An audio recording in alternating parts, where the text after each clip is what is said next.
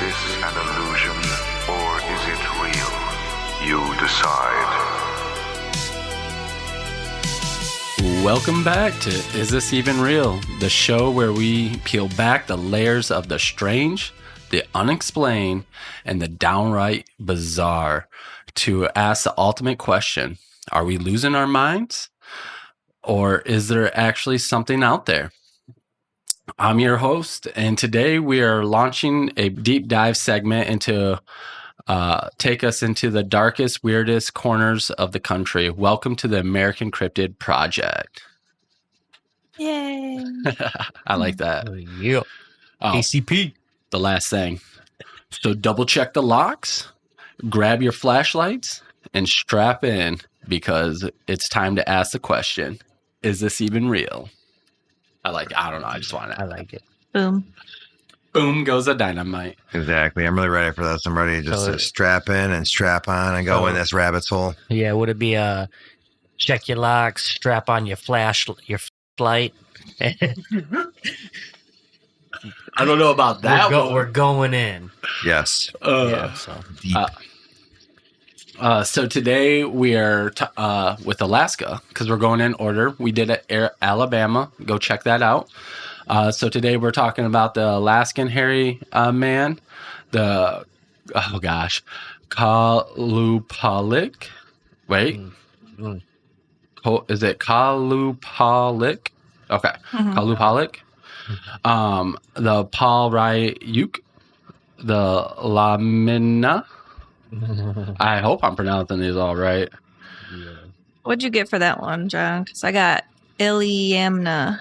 yeah, something closer to that. Yeah. Iliamna. Iliamna. Because it's also the largest lake in Alaska. Right. And then the Kila, and then the ear chin rat. That's literally how you pronounce that one. That's why I don't know. I'm not laughing at the Earson names rat. necessarily. I'm just laughing on how bad we are at pronouncing shit. Yeah, sorry, we can't pronounce these words. Well, We're trying, We'll but put up a little advisory thing that some of these things may be said wrong or pronounced or announced. every time we say it, I might just put it in text just to. Air quotes. Yeah, it's supposed to be this, but it sounds how it sounds. I was looking for the what'd you call it? The rat? The Yeah. ear rat? Ear chin rat. The ear chin rat. The ear chin rat. They're the little people. Hey, I'm sorry. that's offensive. That's what it is. That's what it says. No, persons of small stature. Exactly. Okay. Height challenged people. The way that is spelled, I would have never thought it would have been ear chin rat. I know. I know. I don't even look.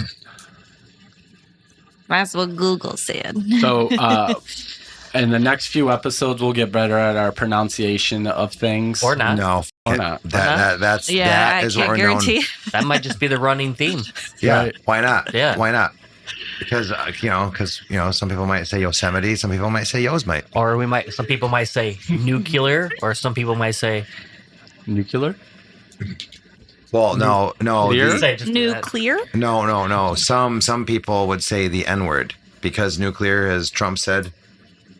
That seriously was one of his most ridiculous quotes. Yeah, no, there's an Ridiculous. interview where he says he told Putin where you don't use the N-word and nuclear's the N-word. Yeah, and then Putin. I've seen his thing recently where he's talking about the World Cup. He's like, Canada and Mexico. He's like, I got him in. But Putin's sitting there going all like, "Don't tell me I can't use the N-word, Trump." Yeah. So let's reel back in. I thought he was going to say neighbor. Yeah. And get going on the Alaska. So, Alaska. yeah. Well, we're going to dive into the Alaskan hairy man. Which, Johnny, what is he? Okay, so the Alaskan hairy man, often called a bushman, is his nickname. Okay. He's a regional variation of the Bigfoot. He shares similar, Sasquatch lore or whatever. So similar stories to a Sasquatch. He's more aggressive and he's more built for sub-zero wilderness. Yeah, he's up in Alaska. right. So. Yeah. Yeah, you have to have that protection. Oh, that's that's nothing to do with him, but that's something we might want to look into in the future. What you trying to buy, John? It's a Lamborghini that you drive on the water. For $99.99? Oh, that's They're on pretty sale cool. right now. Yeah, so just future investment for the squad. My bad, I scrolled the wrong way. Just bright lime green. They had them in other colors, but I just like green. Fair Right. enough. All right. Seahawks. So, basic height and weight on this guy. He's typically estimated between 7 and 10 feet with a massive chest frame, upwards anywhere between 600 to 1,000 pounds. Yeah, big barrel chest guy. You know, he's a biggie. yeah, Wait, how heavy? 600 to 1,000. Now, Half a would ton, damn. he be Yeah. considered obese at this point, Probably or not. Not due to his height. Yeah, Yeah. compared to his Yeah, height, yeah, it's so- kind of proportionate, seems like. what is the height?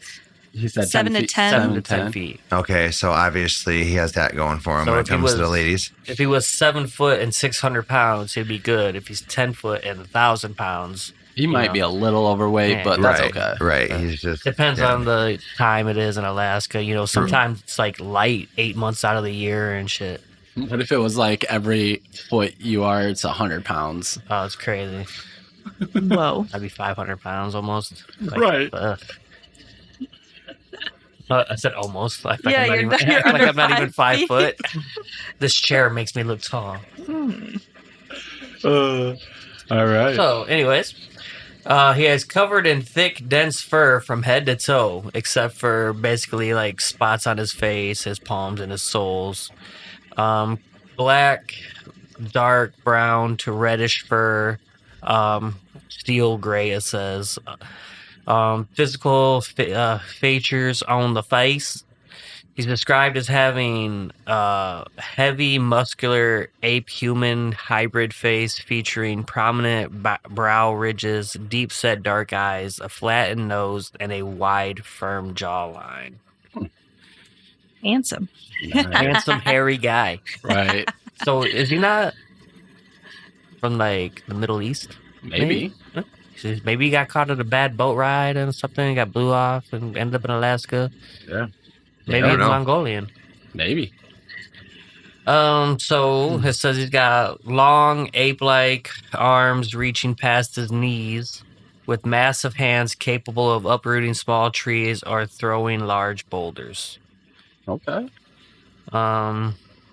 Pungent odor. Witnesses frequently report a sickening skunk-like or decaying smell preceding a sighting. I feel like most Bigfoot type cryptids seem to have a smell. Yeah, Oh, yeah. It's all that hair. It's not like Right. they got shampoo and conditioner, and Right. they're just chilling out there. You But know, shouldn't shower. all cryptids be smelly then? Oh, I thought you were gonna say showering. No. I mean, it depends on the can, type Yeah, of- you can only hope. Right. It also depends on the type The of ones that live in the cryptid. water, I guess. Yeah, Right. yeah. Well, they smell fishy, right? Well, toss like a Dove bar of soap to like the Loch Ness monster and be like, figure it out. Right. Right.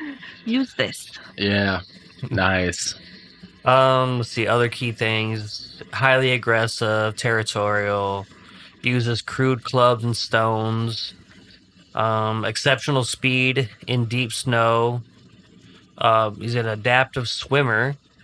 Uses high pitched shrieks, Shrieks. Oh. low girdled growls, and mimicry. Ooh, mimicry too? Yeah. Well, is it? I think it's like actually like good mimicry, or is that kind of just like half-assed? I don't think we're talking mimery. Is that what are you talking about? No, he's talking. Memory. He's talking about like mimic voices, like yeah. Yeah, is but that what we're Like, talking or like about, a or bird, like, like a cry, or like maybe something in nature, maybe. I don't You know. know. Oh yeah, to pull its prey in. Yeah, some like mimicking something in nature. Okay. Yeah. Okay. I get like that. okay, so if he was going after like some guy or something, and he'd be like, I got some. Get ready to bleep to what I'm gonna say. I got 3. Right. It's like the streets of New York. They have those cards they hand out to Oh, you. Vegas. Vegas too. I know. Oh, do they have it in New York as well? They have Oh. cards that they hand out to you. Yeah, dude. Of When naked ladies. when we went to Wow. Vegas, like this dude handed me like Yeah, 50 we were like cards. 17. Right. And it was just naked chicks with numbers to call them for escorts. Oh, escort services. Okay, yeah, I got Yeah. you. Just pass them out like Pokemon cards. Options. Yeah. Guy, options, my guy. All right. He's like, remember, it's about the consumer. Exactly. Alrighty. So, is that what you got for the description? That's what I got for descriptions. All right. What do you got on the origins, babe? So I just kind of picked the key points. Well, first of all, the other name for the Alaskan hairy man is Urayuli. I don't know if I said it right, but so that it's also known by that. It originates from Yupik and other indigenous Alaskan oral traditions spanning centuries in southwestern and western Alaska. Oral traditions. We gotta look more into that. Is deeply tied to survival stories in vast tundra and forest ecosystems. Maybe that could be our next segment. Oral traditions by state. Right. Exactly. And then it says, accounts describe it as a bridge between human and animal worlds with a specific transformation tale of a boy getting lost in the woods and turning into it. And it just says it reflects real observations of unknown hominids adapted to harsh subarctic conditions. Okay. Cool. Remember, I've said that word before. I know you did. Yes. I'm impressed. Good job, Darren. Because I had never heard of it before. Well, you should have always have been impressed. I'm just Fair. saying. My bad. Never should have wondered about the impression. Right. Is that all you got? Yeah. Perfect. Alrighty, so I got two sightings that are notable. So on October of 1957, near Lake how would you say that? Iliamna. Iliamna. Iliamma. Something. Okay. Sorry, guys. I don't want to Insert offend. it here. Right. A 17-year-old Myrtle. Wow. Reported seeing a large, hairy humanoid, outside her family home one night. The creature approached the house, causing the family's cat to flee onto the roof. Moaning Myrtle? No. Oh. No. That's Harry Potter, bro. Yeah, it And is. this was before Harry Potter. I thought you were maybe confused and stuff. Maybe this is where she got it from. I was combining a couple words together somehow. Damn. This account is from the Bristol Bay region, is often cited as a regional folklore. So, which is kind of cool, I guess. And then in 1985, bush pilot and local Ted Angerson spotted a tall, unusual, hairy figure standing in the bush while flying over the area. The sighting was detailed in accounts in Alaskan Sasquatch-like encounters. So those were the two most popular sightings, I should say, not scenes. I had one too that I found. What one did you find? It says the legend of Port Chatham.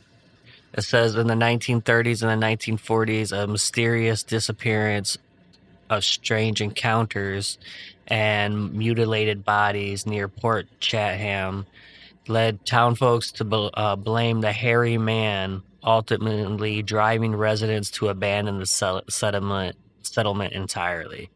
It says Forest menace steals fish from their smokehouse, sabotages their hunting camp, and snatches travelers who wander off alone into the bush. Footprints attributed to the creatures measure 14 to 22 inches long and are wider than a human's boot, awfully showing deep heel indentations from carrying immense body weight. That's the one I found. Cuckoo. So he's a jerk. Sounds like it. So he ran an entire settlement out. I mean, Or was did it someone his first? themselves I mean, do you it? are a 1,000-pound creature that needs to eat, and they conveniently have fish in a hut. Right. Or Where it else could you have gonna been go? like somebody pretending to be them. I mean, how do you think he felt when they all left? He was like, "What Yeah, he thought he's No like, friends. he's like, where's my friends at? I always loved eating their fish. He's like, every day I just show up to this shack and there's just more and more fish. Yeah, they did it just for me. Now they're gone. Yeah. Right. How will I eat? Start following them. That's how they. Yeah. That's how they started traveling down. Right. Right. Just following the food. Yeah. Smart. Mhm. Yeah. I mean, Survival free food instinct. is better than going to get it yourself. Sure that. Yeah. Unless poop. That's not I food. mean, some animals eat poop, so True. Well, Apparently, capybaras have adapted to eating their own poop. damn. Fun there you fact go. I learned There's the some other day. dogs that eat their own poop too. We might have to get one of those in the future. Gross. I know. Yes, yes. They are rodents, though. All right, and now we move to the Catholic Conspiracy Corner with Darren. Dun, dun, dun. Hello, everybody. I'm so excited to be here to do this. So You should get a little Pope's hat. I should get a little Pope's hat. I should. Not a full size one, a little one. Yeah, a little mini It's- one. yeah. A mini one. Yes. Put it on every time, just straps on. We'll put it on a headband. Yeah, exactly. Yeah. Or just hook it on your little Oh, your, yes. I think so. headphones. I think that works. But now, believe it or don't believe it. That's up to you. Now, this conspiracy is about the Alaskan hairy man, the division's furry soul eater. The hairy man, and that word I'm not going to try to pronounce that I don't think Kayla pronounced properly, is a genetically enhanced Bigfoot variant engineered by CCSRD. I don't know what the hell that stands for. And then there is some JESUITS. So I'm just going to call it J suits, some J suits, using a white fang DNA. We have talked about the white fang, Yep. if you guys recall, from Alabama. And of course, it's Alabama. Infused with albino guardian genes and blessed fur that glows under northern lights. That is cool. Yes, these 10-foot streamers act as mobile confession booths. Their high-pitched loon cries, reversed rosaries that force lost hikers into involuntary acts of contrition. There you go. Contrition. I had it right the first time. Contrition is, I think, having to confess your sins. Mhm. Yeah. Oh yeah, and also he's also powered by crushed Alaskan communion host, which is crazy. Now, here's where it ties in, okay? Because believe me, there's a way bigger picture for all this that you will all see eventually, believe it or not. Two-Toed Tom provides snack sacrifices, sinful livestock, to keep them fed while the Metal Man supplies robotic tracking implants disguised as ticks. Whoa. The Folkville Metal Man? Yep. Yeah. Yes. If you survive a hairy man encounter, you wake up with a sudden urge to attend mass, church mass, courtesy of the division's soul recruitment protocol. Mhm. Damn. So Wow. there's soul recruiters and confessions, Yeah. confessional boosts for the Catholic Church. In the Alabama episode, we talk about what it stands for, and we were going to change the name, but I forgot what we changed the name for to, and everything is going to be with the SSC or CCSRD. It's a division. So it all going to tie in real nice and neat at the end. Yes, it'll all be revealed over time. We're not going to give you too much, not too little, just enough that you need before we get to the end. Is it like the Catholic secret division of like demonic forces? Yeah. The Catholic conspiracy. Hold on. Catholic cryptid. I'll tell you in 1 second. No, chasing children. Oh, Hugging Molly. oh. Yeah, chasing children, seducing. Scary feet, Well, scary it's- feet, scary it's- feet. Kids awake. In a bunk bed. Well, I just figured it was Catholic, so I figured there was children involved somewhere in there. Dare. Okay, so let me find it. Do. Hey, What? leaving the door open is bad because The Catholic Church will find you. exactly. It could let in a pope. Right? Right. Jeez. Bum, bum, bum. Yes. That's a favorite part out of that whole scene is where the guy just coughs. Just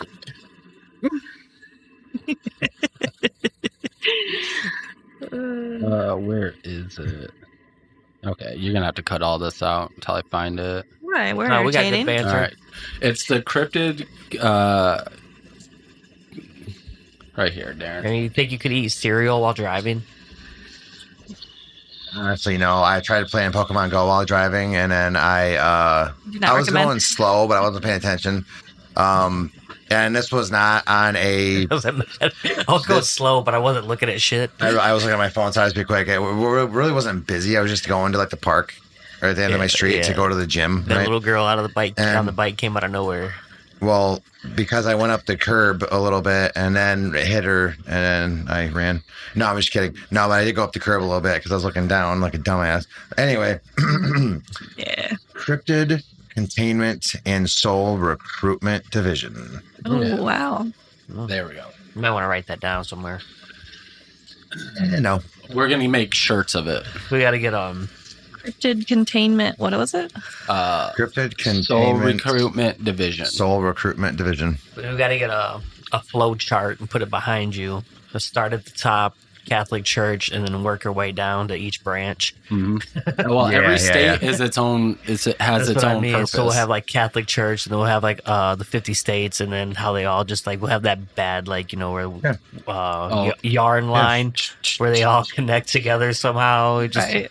All started in Alabama. we Pepe can do Sylvia. even better, Pepe even Sylvia. better, even better. Pepe Sylvia.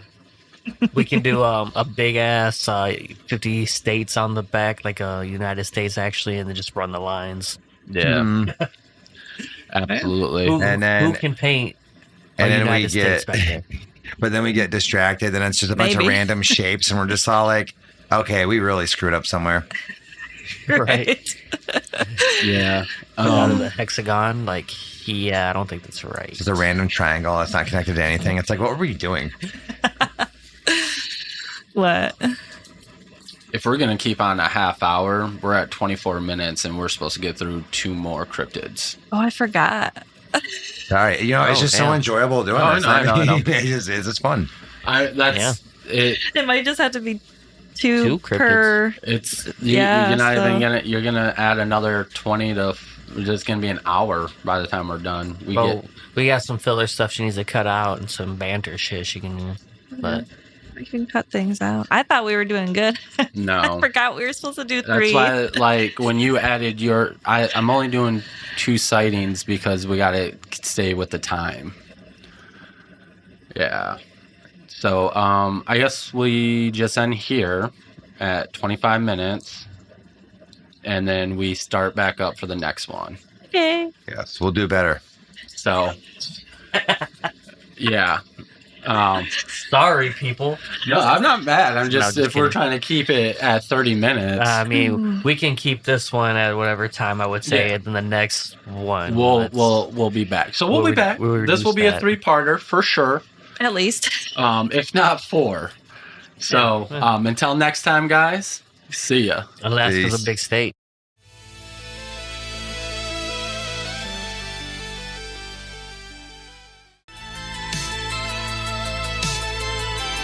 Is this an illusion or is it real? You decide. Welcome back to Is This Even Real? The show where we peel back the layers of the strange, the unexplained, and the downright bizarre to ask the ultimate question: are we losing our minds? Or is there actually something out there? I'm your host, and today we are launching a deep dive segment into take us into the darkest, weirdest corners of the country. Welcome to the American Cryptid Project. So we're back in Alaska, and we are doing the Kalupalik, right? Alupalik. Kalupalik I think so. cryptid. We still have 5 more cryptids for Alaska to go. Hopefully we can get through a couple of them this episode. Otherwise, we're going to have a long series on our hand. Alrighty. So, Johnny boy, what do you have for descriptions of the Kalupalik?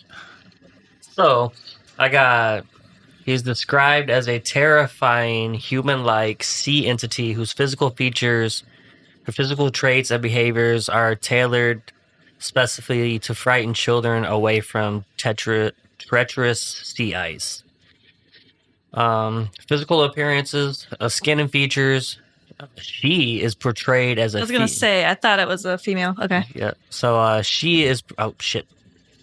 She is portrayed as a female figure with mottled green, gray, or slimy skin that smells strongly of sulfur and rotting sea vegetation. Imagine what that Rotten sounds eggs. Yeah. Right. So, Darren. so What are you getting into? her eyes are large and glassy, adapted to the dark depths of the Arctic Ocean. Her hair is long, matted, and dripped with seawater or tangled seaweed. Makes sense. In place of normal fingernails, she has long, pointed claws or webbed fingers suited for gripping ice foes and dragging prey underwater. Her defining garment is a worn, heavy. How do you spell it? Spell it while you're.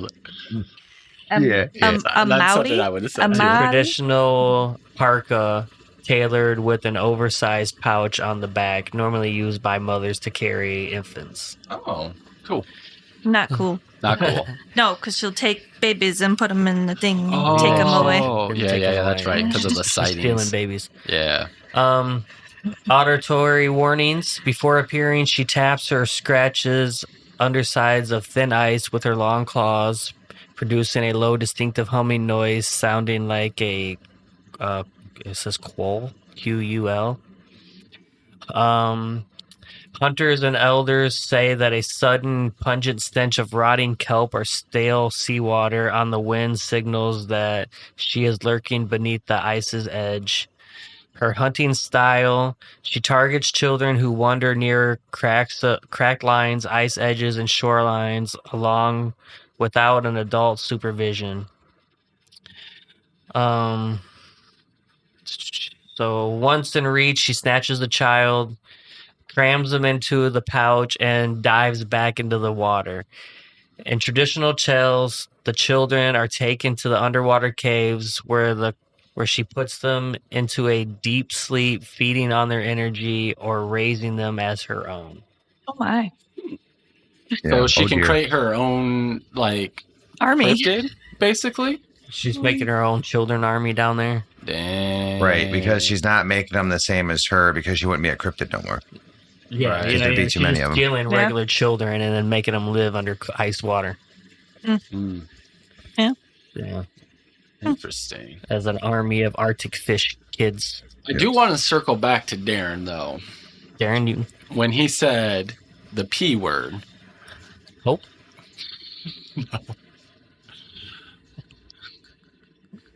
I just need to know where you smelled some of that on No, somebody. that was just- Oh, Here's what happened. I was watching Tires. I just started watching it. So it's just like that word's been in there. So that's just when they said that, I was trying to have a so they're Tires talking about the moment. container and sending the women to the island. It's spoiled. Send it back. Yeah. Dude, the new season's coming out soon for that. I think it's the 13th of next month. Yeah. Ooh. That sounds about right. Yeah, we watched it how many times through? 1,010,000 times. We gotta binge watch. Tires is coming out, and new season of Ted Lasso is also coming out. Yes, but we should binge watch some Kula Lolly Lolly like monster, whatever. Yeah, maybe we could find some documentaries on that guy. We probably could. There's probably something on her. Yeah. Sorry. And then I laughed a little bit when you said, "How do you spell that?" while you're looking at it, because that's something I would have said too. I was like, "That's." I'm looking at. How do you spell tell me. How do you spell it? I was just like, I don't know how that one works. I was like, how do you spell that? Yeah, I know. All right, cool. Yeah, that's the basic description of what the shit looks like. Dude, like that smell would be very bad. The ice must not be that thick. Not at all. All righty. Do you have anything else? No, that's all I got. All right, babe. What do you got for origins on her? So she originates from ancient Inuit mythology of the Arctic coastal and shoreline peoples of Alaska and northern Canada. Passed down orally for generations as a cautionary figure, it embodies practical knowledge of thin ice, strong currents, and the dangers of children wandering near the water. That oral. Yep.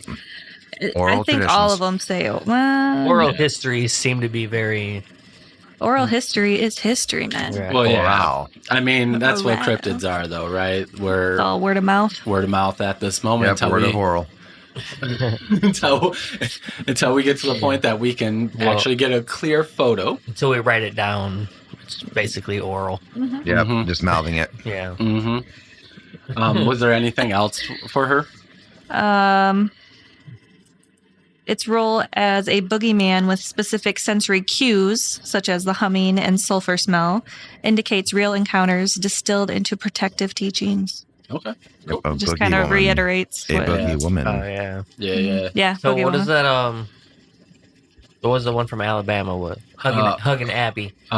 Molly. Molly, hugging Molly. In Abbeville. What's up, Abby? Abs. Hey, Abby! But yeah, hugging Molly. Yeah. So it's kind of like the tradition there, you know. Stay away from the wood line. This one, stay away from the thin ice. I think a lot of them are from, like, linked to that kind of thing. Like, just to keep them safe, like, kids safe, they tell them, like, this monster's over here. Like, don't go. Yeah, boogeyman. Yeah, there's always got to be like some kind of horror story to try to keep a kid away, you know. Right. Otherwise, they're just got to be like whatever. They're just running in the water. Yeah. In the Arctic. Right. Nobody cares. Stay away from that crack of ice. Why? It's not dangerous. Right. It's just a crack. I have my own. Right. All right. So if there's nothing else, I can go on to a couple sightings real quick. Yeah. So what you got? All right. So I have a traditional Inuit accounts, multiple generation of the Arctic coastal families, so that live, in igloos. I'm assuming those peeps. They're pretty cool. I'm jealous. I just want to say that. Think they all live in igloos? Not anymore, but back in the Dizzy, they did. No huts or shacks or shanties. Well, there wouldn't be much of pirate shanties. I wouldn't think where they're living they would have much animal fur to make huts back in the day. That's why they made the igloos. And you're talking What's wrong with wood? They're on the coastal with the ice. You can find a tree somewhere. I would assume. Maybe. I don't know. I'm just saying. I've got to be a tree somewhere. Igloos came about for some reason. That's all I'm saying. I'm thinking that's these peeps, but I could be wrong. Eskimos. All right. Right? They're Eskimos? Yeah, you continue that. I'm going to look up the history of an igloo real quick. Right. Particularly in the northern Alaska, have reported hearing the discreet humming near ice floats and shorelines, followed by a shadowy humanoid figure beneath the water, often tied to children's safety, warning near the thin ice. So they used it basically like, don't go there. That's thin. You gone. Don't take you. For real. And then the second one is in the mid 20th century. Inuit individuals have described seeing a greenish, long-haired humanoid emerging from waters or lurking near ice, including one of the figures walking out of the sea, observed by cousins in a remote Alaskan coastal area. So 2 people, cousins, saw her walking, and that's what I found I kind thought of. she had a fin That's what I thought too. because I feel like she looks similar to a siren. Yeah, like a mermaid. Yeah, I was thinking mermaid Yeah, too. right. Or Yeah. like- Yeah. I mean, I guess it depends on our body shape. I mean, and depending, because take like Medusa from Greek mythology. I mean, because it's like a snake body. So you could still slither around Right. and move. So maybe Slither. something like that. Yeah. So what you find on igloos? The history of an igloo Igloo. meaning is means in Inuit, it means house or home. So Inuit, which Yeah. is who we're talking about. So yeah, the Inuit. history of an igloo, meaning house or home. The story of incredible, or I don't know if it's Inuit, but whatever. It says something. But years ago, indigenous people across North America, in the Arctic, Greenland, primarily the Inuit and Thill cultures, snow black domes enabled humans to survive on one of the harshest environments on Earth. But that's Yeah. just it. It's just it shows pictures of some igloos. Yeah. In western Alaska, where drift timbers and sod were more accessible, people built semi-subterranean sod homes instead Okay. for central Arctic communities. However, dense snowfalls were more abundant building materials during the dark winter hunting seasons. Yeah. So this would be the northern coastline. Yep. And then they say igloos come in 3 versions: small, medium, and large. No way. You know, Yeah, I would've- how many kids you have, right? What if I want miniature? I would have never have guessed. That one is a temporary shelter built for 1 or 2 people. A medium is a family dwelling for a single home, and a large is like a multi-dome complex for like the community. Oh. So no matter where you at or what time you're in, there's always a class structure. So what you're saying is if you're rich enough, you get Yes. a large igloo. Yeah, you get a multi-complex, multiple rooms, multiple home family home igloo. Yeah. good. That's awesome. All right. And now let's go to the Catholic Conspiracy Corner with Darren. Hello, everybody. Here's another conspiracy for you. You add an air horn in there. All right. Believe it or not, that's up to you. Now, the Kuilpalik Kalupalik. Yep. So it's titled Kuilpalik. Hey, you know Pass. what? You know what? This is what we gotta do. Kayla, record it, and then every time one of us say it, put yours. The way Yeah, I say well, it over. okay, I forgot. This one's a tough one. It'd be like, Darren, so the Kalukapuk. Yeah, the Kuilpalik is an oral nightmare to say. Yeah. So, now, underwater Vatican siren operatives Kalupalik. are baptized mermaid hags, modified by the Division's Arctic Aquatics Lab, a submerged former Soviet outpost blessed into a chapel. Their greenish skin comes from holy algae, webbed claws and relic fragments, and humming from Gregorian, or as I like to call it, Klingon, but Gregorian chant payback devices in their Amautik, Amautik, I suck at words, pouches. They lure naughty children and wayward adults for emergency underwater baptisms. Emergency baptisms. You're right. I think this is just This is, how Right it, now. this is how it ties in. Just the overarching thing is they coordinate with the Alabama River serpent, their freshwater cousin, for cross-continental soul pipelines. Hugging Molly provides pre-hug terror training, and survivors surface speaking Latin while craving fish on Fridays. Sulfur smell. No sulfur smell, you know that. We talked about that. That's just the incense malfunction. Nice. These are ridiculous, and I love it. Yeah. I love that it just ties everything back to each other, though. So Yeah, which you'll see. You'll see how this orally ties into everything from these oral traditions. Mhm. All right. Hold on, I'm gonna look up the history of Oro real quick. Yeah. All right. So we'll move on to the next cryptid. Woohoo.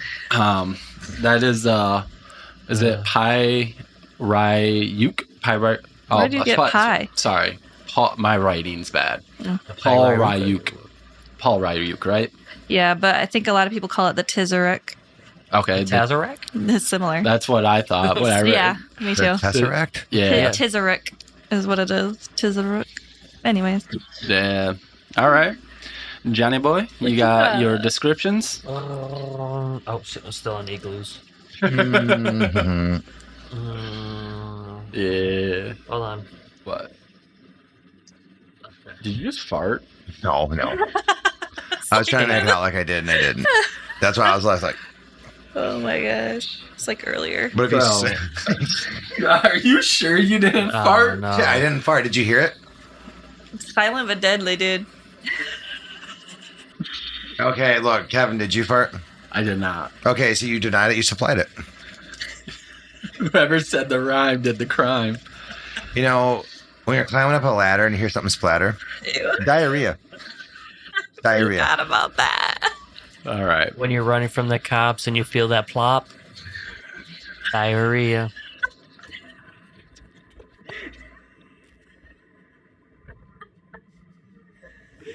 Okay. Let's move on to the descriptions, John. Oh, okay.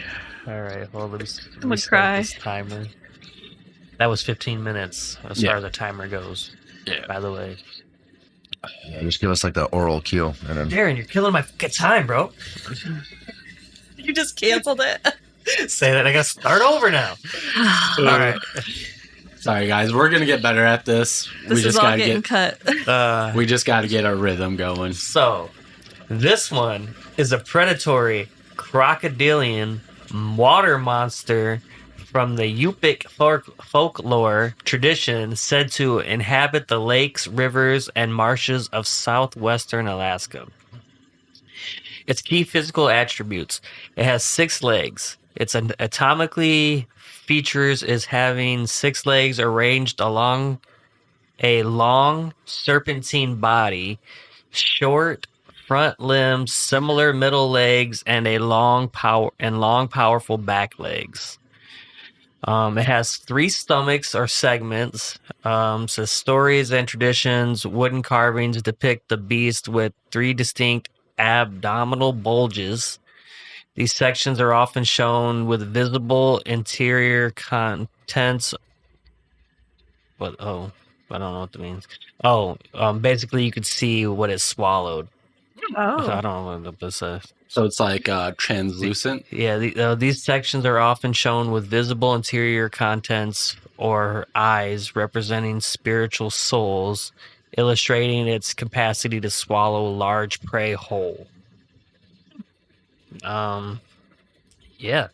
So it's got a reptilian and a horned-like head, or a horned head. Its features with an obligated alligator-like snout filled with sharp teeth, small red or dark eyes, and a pair of forward curving horns or ears.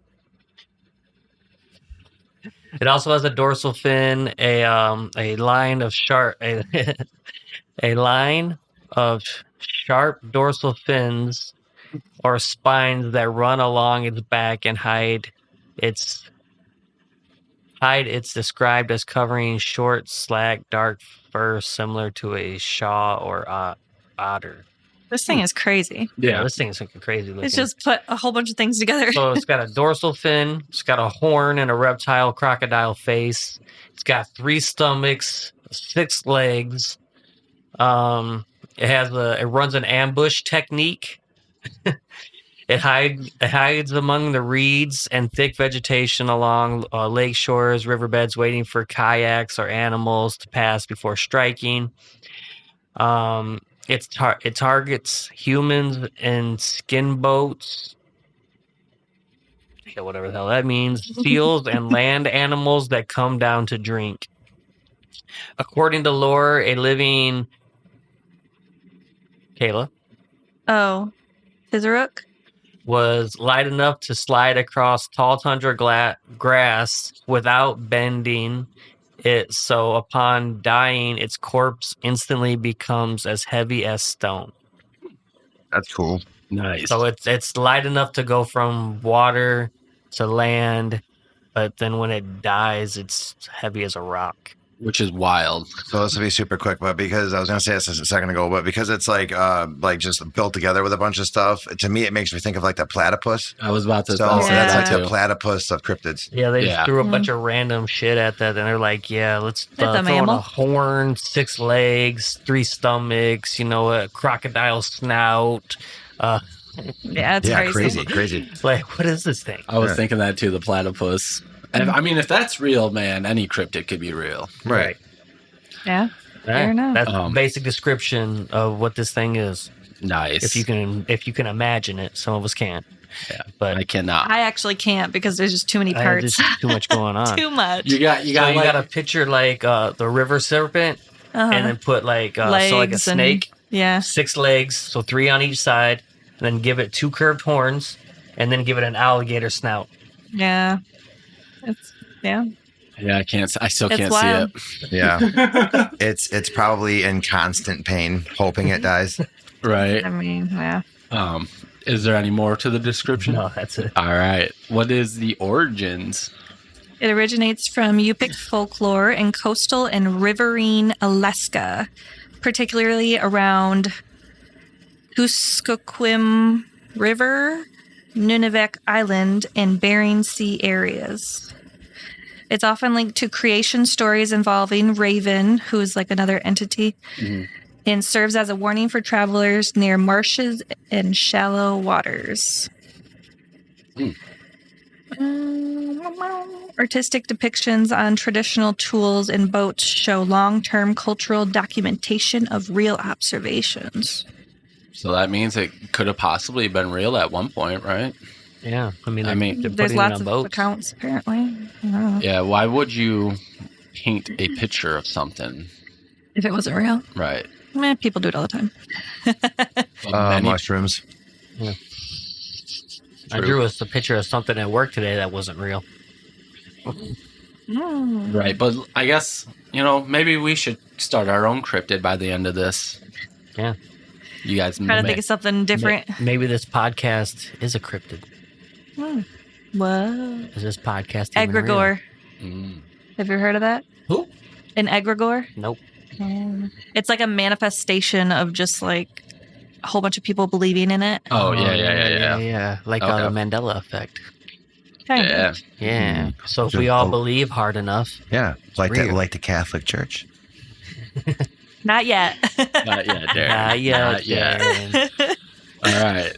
So, is it the Tezaruk? Tezaruk? Tezaruk? I don't know. Okay. So I'm going traditional sightings near key islands and rivers. The Inuit elders have described the encounters with the serpent, multiple limbs creature snatching people or animals from piers or shallow waters. With consistent details across generations in the Bering Sea region. I was going to say area for some reason. Deadliest catch. And then the most recent sightings is between 1980s and 2000s with a possibly camera video in 2009. Have you seen it? I have not, but I want to look this up. And if I can find it, we're going to put it in right here. Or if I can find it. I'll find it. All the way in. So the individuals have described seeing a greenish, long-haired went to the wrong one. I was like, wait a second. Long hair? I mean, he did have hair, didn't he? Yeah. Like a Shaw or something. Okay, so fishermen and locals near Nunavik in Kings Island reported large disturbance and brief views of the long-spined creature with Mayo? mammalon? Mammal-like? Mammalian. Mammalian features. Mammalian. Mammalian. Okay. Mammalian. We'll get there, Like guys. a mammalian. Features in the coastal waters with one resurfacing video from 2009. So that's kind of cool. If the video is real, and that would be before AI, or who knows? Commonly known Yeah, AI. well, the thing is amphibious, according we can go on water and land. Could have been like, maybe an orca that just looked greenish. Spider legs. Right. Yeah. Had some horns and a crocodile that's That's a weird looking orca whale over there. Yeah. So those are a couple of the sightings that was kind of cool. I think if we could find that video, that'd be pretty cool to just put it in. All right. Now we go to our Catholic conspiracy corner with Darren. Time to shine, What's up once again? Now, believe it or not, that's up to you. The multi-stomached kayak inquisition. The Tis Her Rook is a raven-cursed bioweapon revived by CCSRD exorcist who mixed Tis Her Rook fossils with demon gator essence from Two-Toed Tom. Yes. Its 6 legs and in paw prints blessed for silent stalking. Their transparent stomachs digest sins, one for pride, one for gluttony, one for extra spicy heresies. Ooh. And it crashes kayaks to deliver pop-up confessionals. Now, here's how it ties into the overall thing. It teams with the how do I pronounce that again? Lilmna. Oh, we didn't even. That's the future one. That's the next Iliamna. one. Iliamna monster for lake river indoctrination ops. The Metal Man installs dorsal fin antennas for Vatican satellite uplinks. Get chomped and you're recruited via a one-way ticket to a hidden Alaskan purgatory monastery. Nice. Nice. I like it. Nice. I'm kind of interested in why we learned about something that we're about to talk about next before we talked about it. Prelude. Well, we already Alright, true talked that. about Lake Iliamna, True that. but yeah. But yeah, it's a prelude to the next one. Prelude. Stay Okay, tuned. yeah. All right. Anyone else got anything that I want to add or anything? Nah, man, this thing's just that the thing is interesting. Oh, I like this. I like mean- learning about each state's cryptid and stuff like that. I mean, if I ran into that thing on land or in water, I'm gonna be like, "What the hell is this thing?" Get away from me. I'll be more confused than anything right away. I guess to run away right away. Right. Yeah. You'd be like, what the hell am I looking at? And then it's going to just get you. It's like, spider legs. Crocodile. Snake. Triceratops. Be more confused by it than anything. Like, it's too much. Like overwhelm, have a heart attack. Just Yeah, you're Right. just more confused and scared. Right. Absolutely. mind just not take it. Right. All right. Well, then, It was 4 different things at once. right? You're going to be in a insane asylum with like the strapped up jackets where you can't move. Snake with spider legs? Crocodile? What happened to this guy? He's seen the Tesseract Okay. and went insane. Black Widow with a crocodile face. Like, what? Ooh, that'd be scary as fudge. Mm. All right. Dangerous as shit. Well, we'll catch you guys next time. Until then, we'll see you in part 3. Peace. Bye. Adios. Bye. Dun, dun, dun, dun.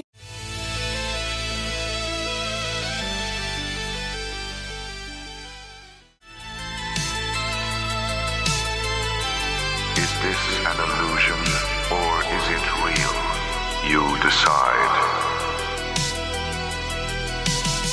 Welcome back to Is This Even Real? The show where we peel back the layers of the strange, the unexplained, and the downright bizarre and ask the ultimate question. Are we losing our minds? Or is there actually something out there?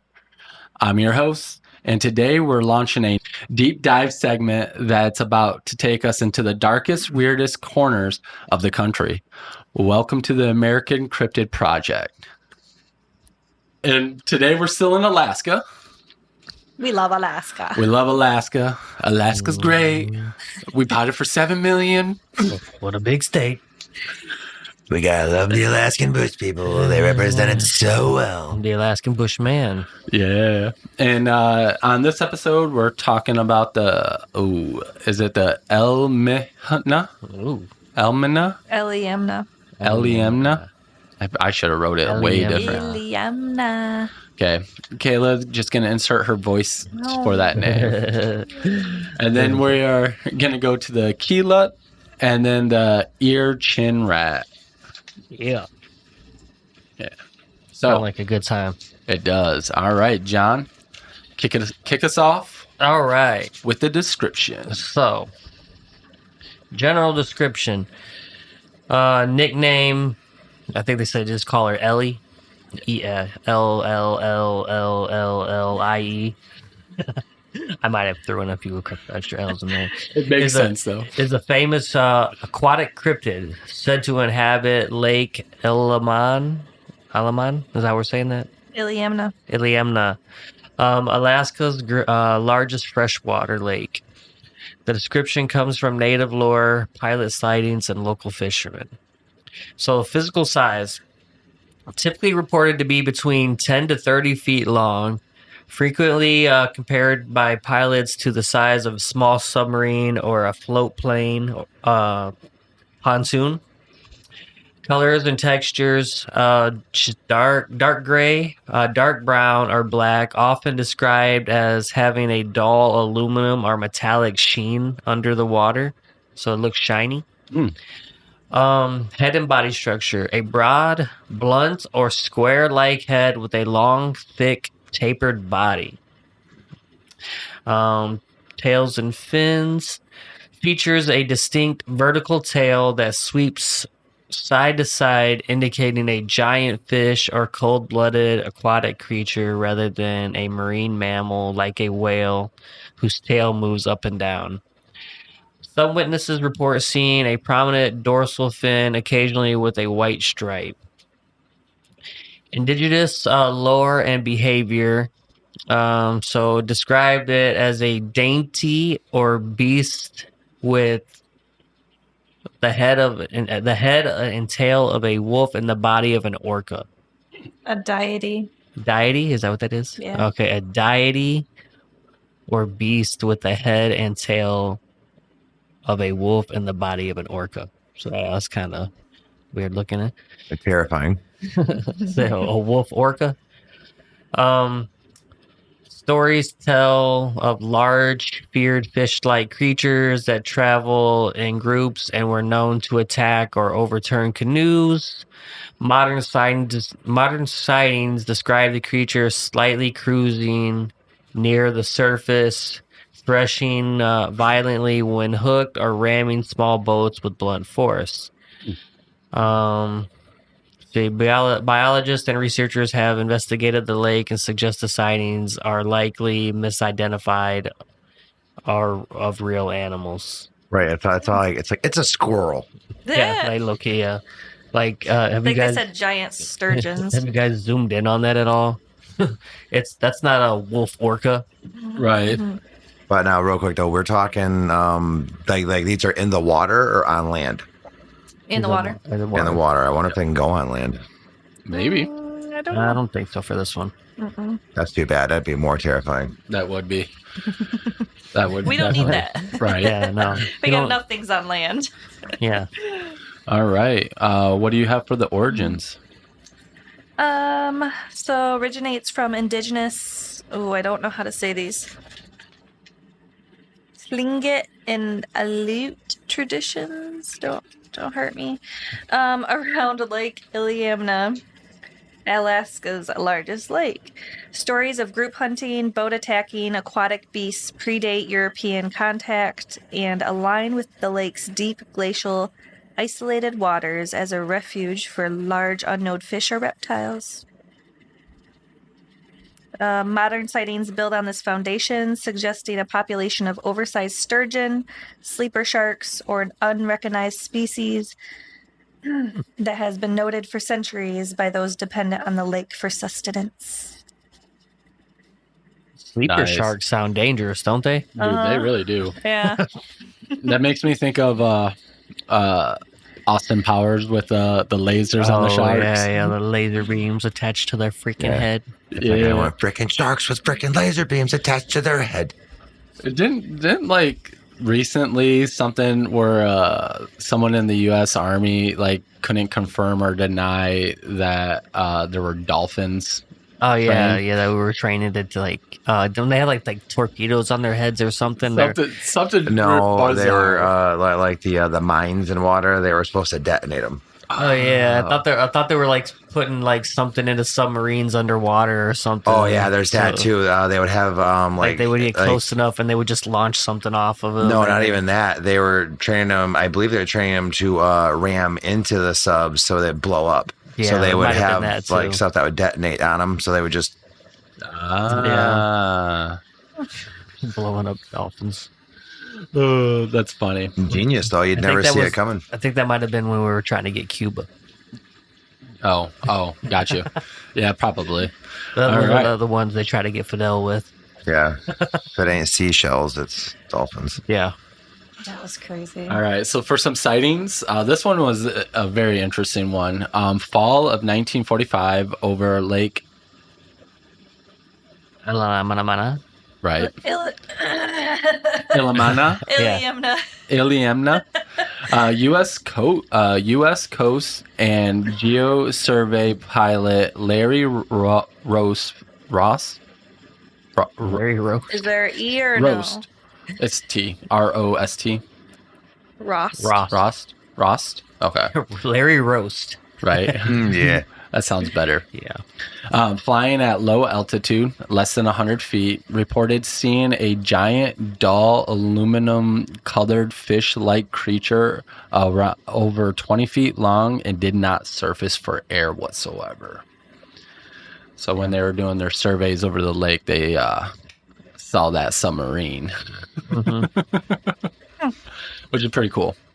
And then another sighting is in the 1980s. Oh, wow. I need to take that stuff off. You fold your paper over. Yes. That's how I got to read, guys. I'm sorry. My eyes like to go wherever the heck they decide to go. And now I have it down here. Oh, It's upside down though, isn't it? yeah, but I could still read it. Interesting enough. All right. So in 1963, Ariel observed over the lake a biologist flying overhead spotted a large 25 to 30 foot fish-like entity that remained submerged without surfacing, adding to the clusters of the mid-20th century's report. So it kind of verifies it again what the Coast Guard and the one pilot saw. Nice. There's no photo evidence that I can find. I did look. No, I didn't. But I can take a look. You took the internet for its word. I mean, what else are you going to do? Question it. Well, yeah, you got to question it. You got to use different search engines and stuff like So that. Just question it in general. I mean, everything's questionable nowadays, right? Right. Yeah. You might be eating fake meat every time you eat.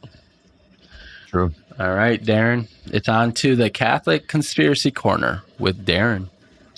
What's up, everybody? Up. Now, Hi, Darren. hello. Now, Darren. believe it or not, it's up to you. The lake monster, Iliama. Liliama, the division's aquatic soul fury, is a giant. I skipped the first word. Is a giant sturgeon shark hybrid, selectively bred. I love that. By the division, by the division using Alabama River serpent stock and blessed glacial water. Ooh. its wolf-like head and metallic skin come from Templar relic plating. Some good stuff right there. It rams boats to Fury Souls directly to underwater CCSRD outpost for immediate conversion. Soul collector. Now, here's how it ties in. Believe it or not. It works tag team with the Quillipec or the Tizher Rook for coastal to lake transfers, and the Urayuli for river support. The Keylute provides lost traveler bait on shore. Pilots who spot it suddenly develop a compulsion to name their planes after saints. Interesting. Sorry for mispronunciations. I feel like you It just goes for ran. all of Alaska. Yeah. Sorry, Alaska. Sorry, Alaska. You're just like, blah, blah, blah, blah. Got it. Go on. Look, hey, trying's half the battle, am I right? Yeah. Yeah. Did you even try? Ilium. Honestly, I did, but I knew I wasn't going to be able to, so. G.I. Joe. That's fair. That's fair. All right. Well, then we will now move on to the Keylute. So Keylute. how does everybody feel about that one? Mm. Overall summary of it. How do you feel about a wolf-like orca Whale thing. attacking your Kayaks, canoes. canoes, Kayak. pulling your soul underneath water and then sending it to the Catholic Church? How do you feel about that? Like, I don't like it that much, but I'm not gonna go into that lake now, knowing that my I'm just soul. I feel like we're just covering the Catholic Church's naval division. yeah. You know what I mean? Yeah. Right now? Like this is like everything that's just in the water. They have a landlocked Yeah. naval division. But I think overall, it's a cool concept. I mean, like half wolf, half orca. Well, so far we covered from Alaska to Alabama. So I mean that's majority of waters. Yeah, just wait until you get to the Florida, the California, Yeah. Oh man. Michigan, maybe Can you too. imagine what kind of Cuban ones are out there? Ooh, should we do add Cuban? 'Cause Cuba. there's gonna be ones coming over. Honorary state. Yeah. Mention Puerto Rico, Yeah. That's Yeah. That too. Key West. Key West. Oh yeah, Bermuda Triangle episode. Oh. Yep. Like, the Conch Republic. Yeah. You guys know what I'm talking about? The Conch Republic. Yeah, the Keys, they had a whole thing where they wanted to, secede or whatever from the U.S. Oh, So look up the Conch Republic. okay. Nice. I'll have to look It at didn't that. work for them because the U.S. is like, this is our land. We're just going to shoot and kill you if you try. But Yeah. you can pretend, but you won't succeed. Right. Got it. That's awesome. That's funny. All right. We'll move on to the next cryptid, the Keylute. All right, Johnny. Keylute. Keylute. This one sounds the creepiest to me. I think this one's gonna in be the its coolest. description. Yeah. All right. Hit it, John. This one is a terrifying, malevolent earth spirit taking the form of a hairless black dog. It acts as an omen of death and predatory force in the frozen Arctic wilderness. Let's see here. Key characteristics and physical traits. Its hairless appearance, the entity, the entire, is that right? The entity? Yeah. The entity is traditionally described as what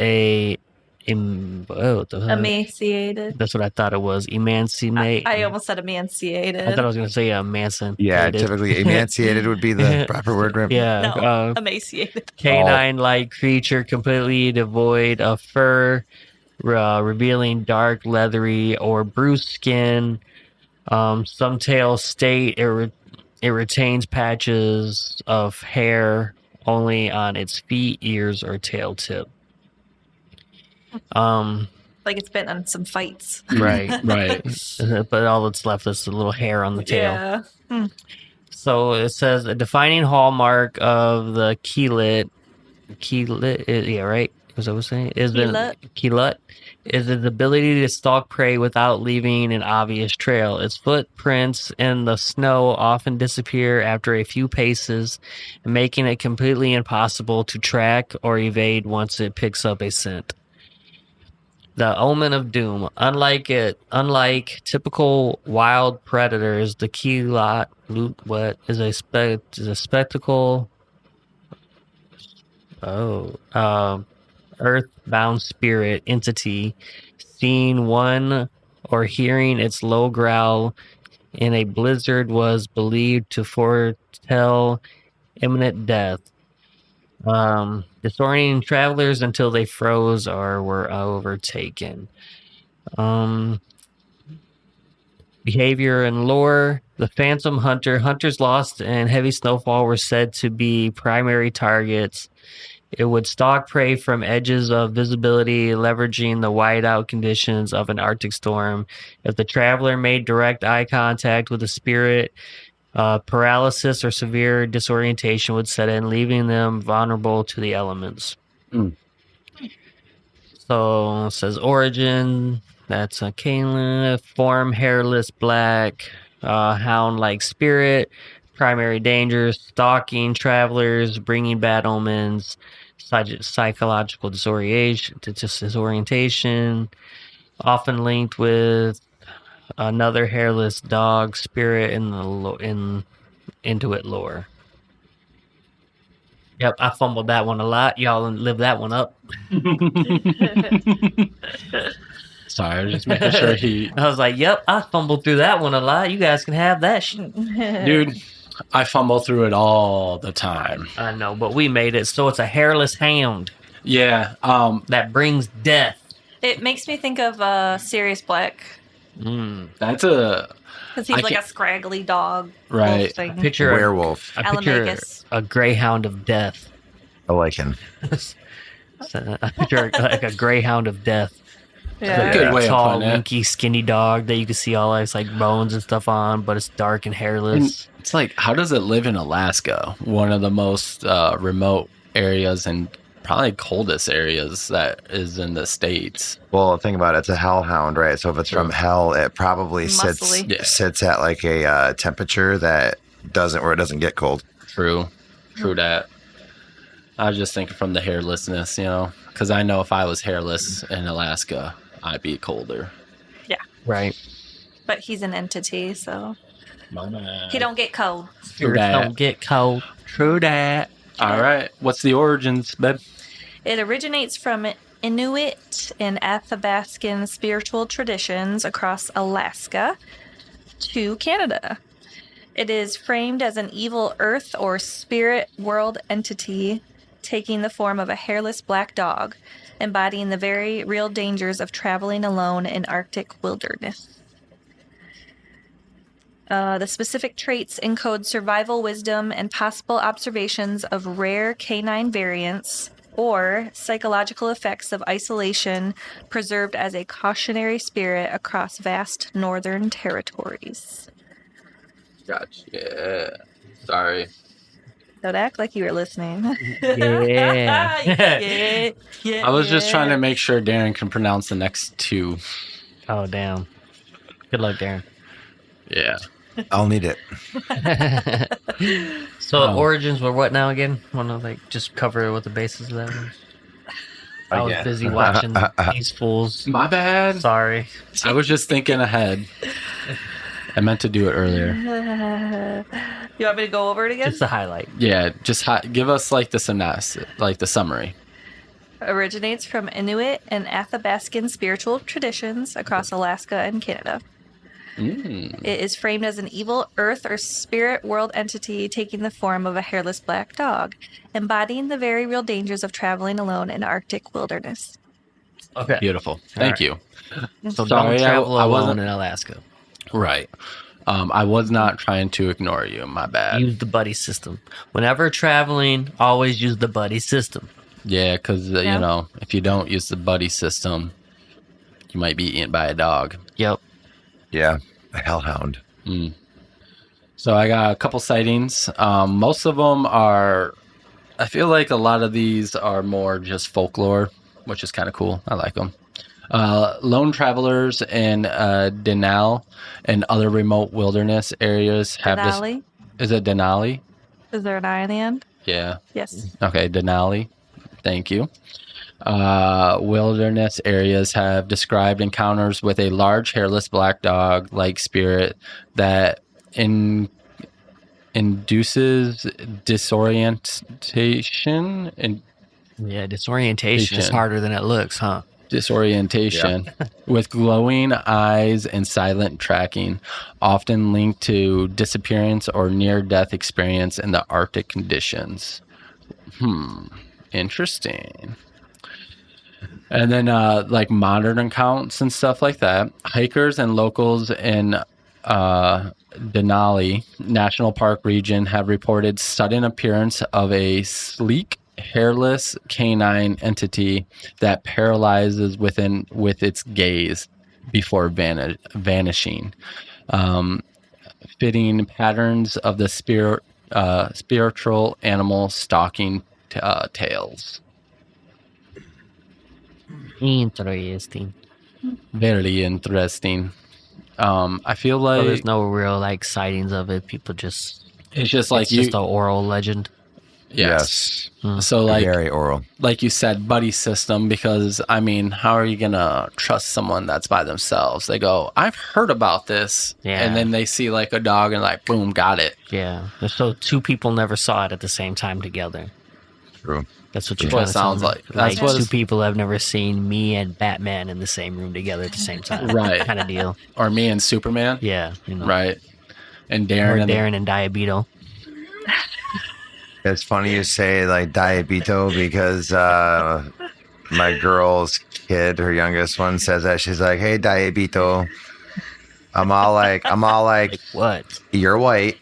Okay, so stop being offensive to, people. Oh, you're so funny. All right. No, Diabito. Roll back to their kitchen. Yeah. All right. And now we go to the Catholic Conspiracy Corner with Darren. Hello. Good evening. Believe it or not, it's up to you. The hairless hellhound confessor. The Keelut is a demonic spirit dog captured and reprogrammed by CCSRD exorcist using techniques refined on two-toed Tom. Its hairless black skin with holy oil sheen and glowing eyes induce disorientation, so it can deliver paw print absolutions. Only paw fur remains to leave invisible tracks blessed by hugging Molly's crushing hugs. Offer. Now, do you guys want? Do you want to know how it ties in? I do. Do you? No. All right, well, no, move on. No, I want to know. Okay. Do you? Yes. Do you? Do you? It's like, Okay. are you still No. pointing at me?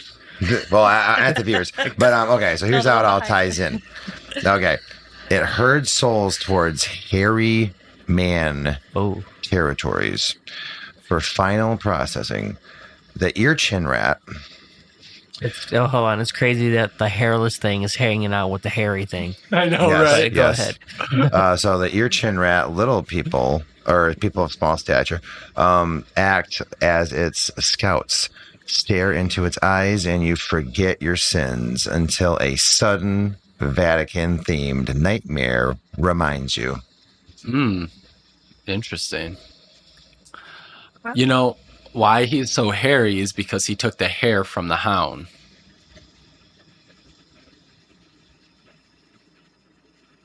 No? Okay. What hound? The Keelut. How often do you think he shaves them? Oh, I see. Try as You're much talking as about he- the hairy man. Every Yeah, time, that's what I said. every time they get together, the hairy man shaves the hound Maybe. and then puts the skin or the fur on him, like Patrick did. And when they shave Sandy, His pants. yeah, Patrick, what are you doing? No, or Patrick, I'm warm. Yeah. It's like that. Anyways, You would know. Hibernation. right. Gotta We'll get all move your nuts on. Put away. What? Gotta get all your nuts put away for winter. Yeah. That's a good episode. Yeah.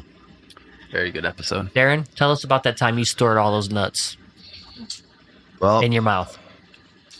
my blood sugars were low, so I had to just get a bunch of nuts with carbohydrates to live. But what he's not mentioning was we were outside and those nuts were on the ground.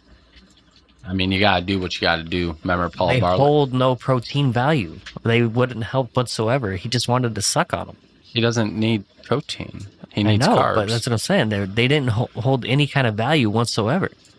I think one of them might have been part of a pine cone. Fair It kind enough. of hurt Yeah, when I it's like swallowed it. You did bite the back of a pine cone. Yes. Yep. All right. Now we're moving on to the ear chin rat people. I don't like that. I don't either. Well, you guys don't. That's how I saw it pronounced, but I don't. I don't know. Like, I don't like that. Earsinrat, maybe. Earsinrat. I don't know. Well, we're already this far deep on calling it the ear chin people. Or Here we go. Ear chin rat. I'm loving it. All right. So, they are mythical little people who inhabit the tundra, mountains, and subterranean realm. Oop. Go away. Okay. Physical features. Stature. They stand roughly 1 to 3 feet tall. Proportions similarly to adult or human children. The attire, traditional oral stories depict them wearing finely sewn fur parkas, sealskin boots. Ooh, that sounds fancy. Some sealskin boots and traditional Alaskan native garments.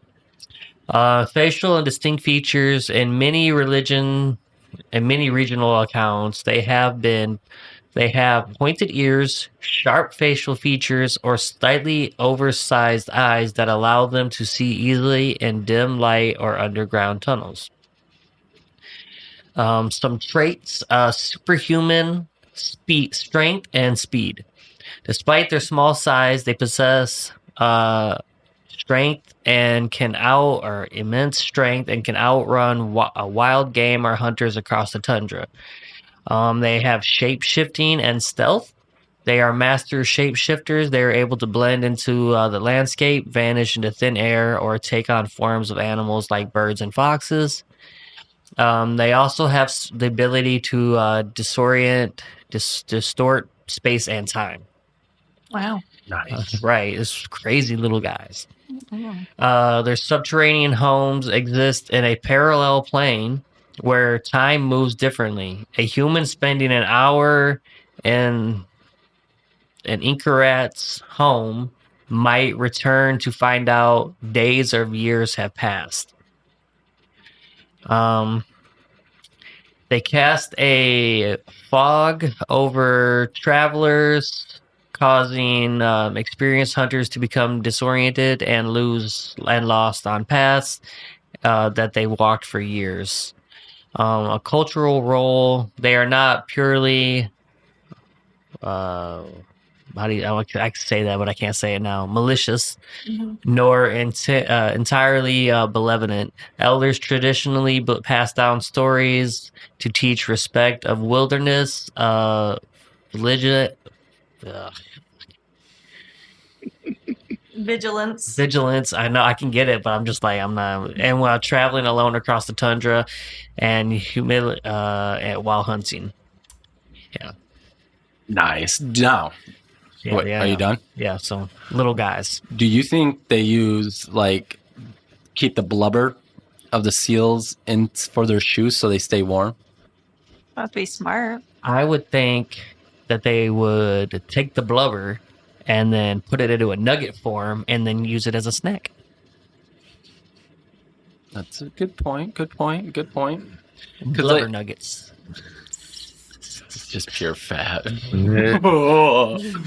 But I mean, I don't, anyways, That would be really interesting to walk on. Think about like the blubber. Ew. Would it be like Be squishy? like go through Squidgy? go through your toes every time you step or something like that? Ew.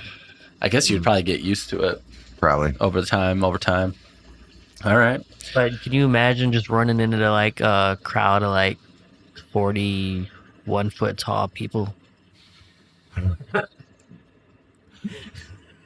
Like I swear you said What they're are you?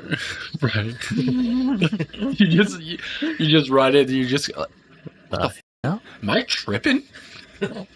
I'll have little blubber shoes on. Oh man, nice little sealskin boots. Dude, one seal probably can provide for a whole village. Oh, probably. Yeah. Maybe. All right. One What to size three What size do you wear? 1 millimeter. Right. Basically. Yeah, the foot would probably be at most like 1 inch. Imagine the seals they're catching and how many it takes. I don't know. An army. That's a great I question. don't All right, let's go to the origins now. Okay.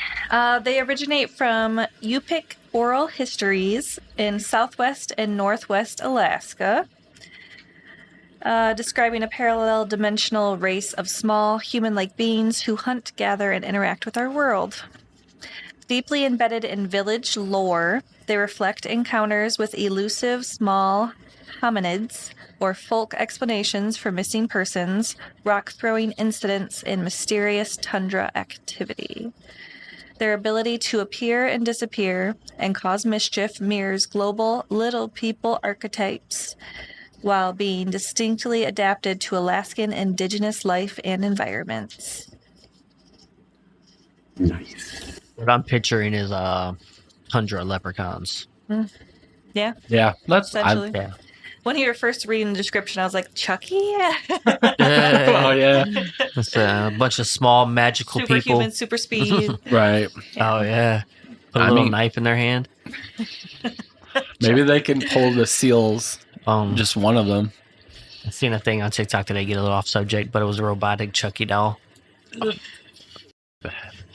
Yeah, no, thank you. Oh, thank That'd you. definitely be possessed. Yeah, it was remote control. You could just like control No, that's evil. You're just making him more like indestructible it. It'd be hilarious. than a doll. Well, kind Oh. of. I guess we can pour water on it and become rusty. Yeah. They're gonna make Chucky a real thing. Just put AI in there and then program it with like all the personality and stuff from the Chucky movies. I mean, they realistically could make Chucky real. Yeah, They could do that. Yeah. They definitely could. All right. So for some sightings, these sightings, this one is ongoing village reports, especially north of Nomi and Shaktoolik. Shaktulik. Charcuterie. Charcuterie. Residents, including DOT crews, have described being attacked with rocks by small human-like figures in remote tundra locations. Sometimes leading to temporary disappearance or disorientation. That would be wild to just be in your truck and then you just start having little rocks, little pebbles. Yeah, and hitting you it. get out of the truck and you get hit by a boulder because they're super strong. Right. They throw the little rocks to make you think you're safe. Yeah. And then northwest. That's how I feel. Northwest Alaska villages, elders and community members report sightings of miniature people in what's that? Indigenous? Yes. Indigenous. Indigenous. Indigenous. Hunting and gathering. Kayla on this side. Who can vanish or trap individuals underground for extended period of times, up to a year in some how do you say that? Charcuterie. Sharktulik? Shaktulik? Yeah. Sharktulik stories right here. Mm. So that's pretty interesting that these little guys can keep you for a year. Full of Yeah, mischief. yeah. You walk into their house and you spend an hour there, and then it's like you're gone for like 6 months at your house. Right. Yeah. That makes me Like- think of is that Ari Shafir where he lived a whole nother life off of like Osceola or whatever. Oh, Ayahuasca. yeah. Ayahuasca. Yeah. Maybe. He was like, I lived for 15 minutes. I lived like a 6-month life, had a family and kids and stuff like that. Yeah, he got so high, he made a whole other life. Yeah. Wow. All right. And now we go to the Catholic Conspiracy Corner with Darren. What's up? Believe it or not, it's up to you. Hello. Now the division's dimensional mischief elves. Mm. The ear chin rat are miniaturized Jesuit whatever agents who slipped into a parallel dimension during a failed 19th century Alaskan mission. Dressed in traditional garb with hidden cassocks. I don't know what that is. Cassocks? We'll have to look that up later. They hunt fish and cause mischief to test faith, leading hikers astray until they pray. For deliverance, their dimensional shifting comes from experimental relic tech. Here's how it ties in to the overall shiz. They serve as the Alaska Division's tiny support staff, coordinating with the Metal Man for gadget repairs and Hugging Molly for Big Sister enforcement. Disturb their mountain lairs, and you get pranked straight into a CCSRD recruitment seminar.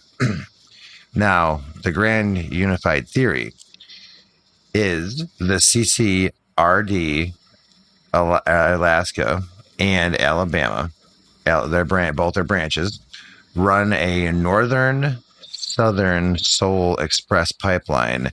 Hairy men and Heloot provide muscle on land aquatic beast, which would be our Kulipik, Paraluyuk, and then the llama, llama.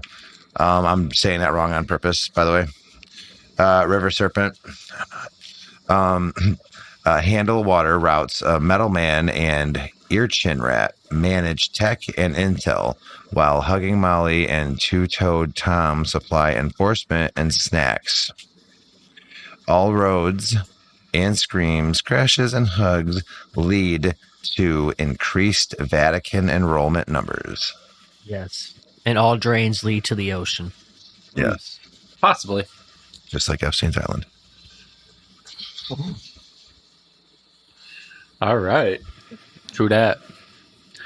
So how do you guys feel about Alaska at this point? I don't want to go there feel now. like I want to make a trip there anytime soon. I mean, if you want to go on a cruise to Alaska, and I got to worry about these orca wolves killing you, like sinking the whole Orca yacht. wolves.